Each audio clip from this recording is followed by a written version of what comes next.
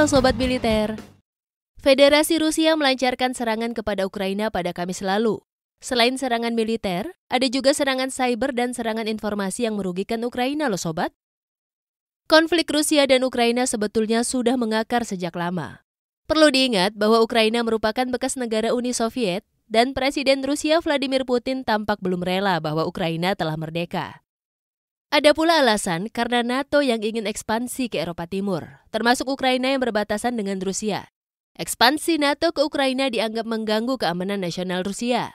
Berikut kami telah merangkum 3 alasan penyebab Rusia perang dengan Ukraina. Apa saja? Simak videonya sampai habis ya.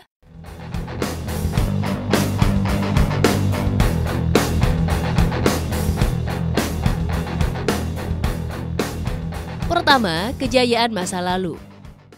Kejayaan masa lalu menjadi salah satu teori yang patut disorot.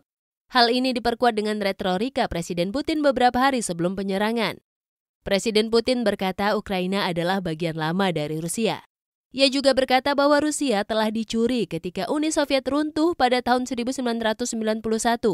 Ia pun menuduh Ukraina sebagai koloni Amerika Serikat.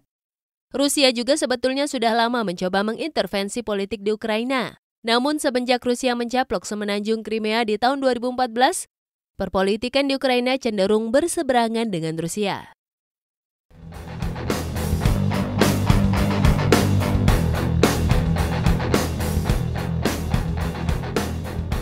Kedua, masalah NATO.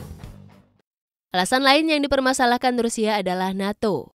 Rusia sejak lama menolak Ukraina bergabung ke dalam NATO.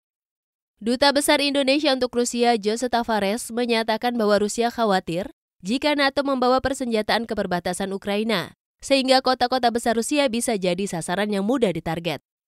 Meski demikian, NATO masih buka pintu jika Ukraina ingin bergabung. Di sisi lain, Ukraina pun memang ingin bergabung dengan NATO.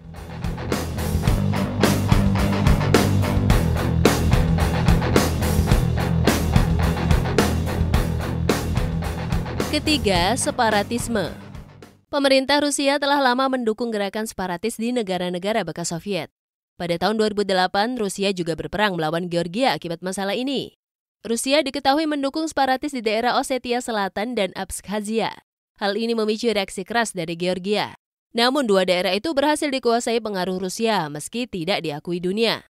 Sebelumnya, Rusia juga mendukung para separatis di semenanjung Crimea milik Ukraina. Dan baru-baru ini Putin mengakui kedaulatan daerah Donetsk dan Luhansk.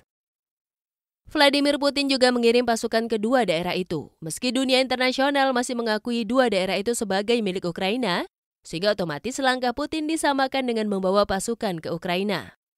Rusia dan Ukraina tengah berkonflik dan menjadi sorotan dunia.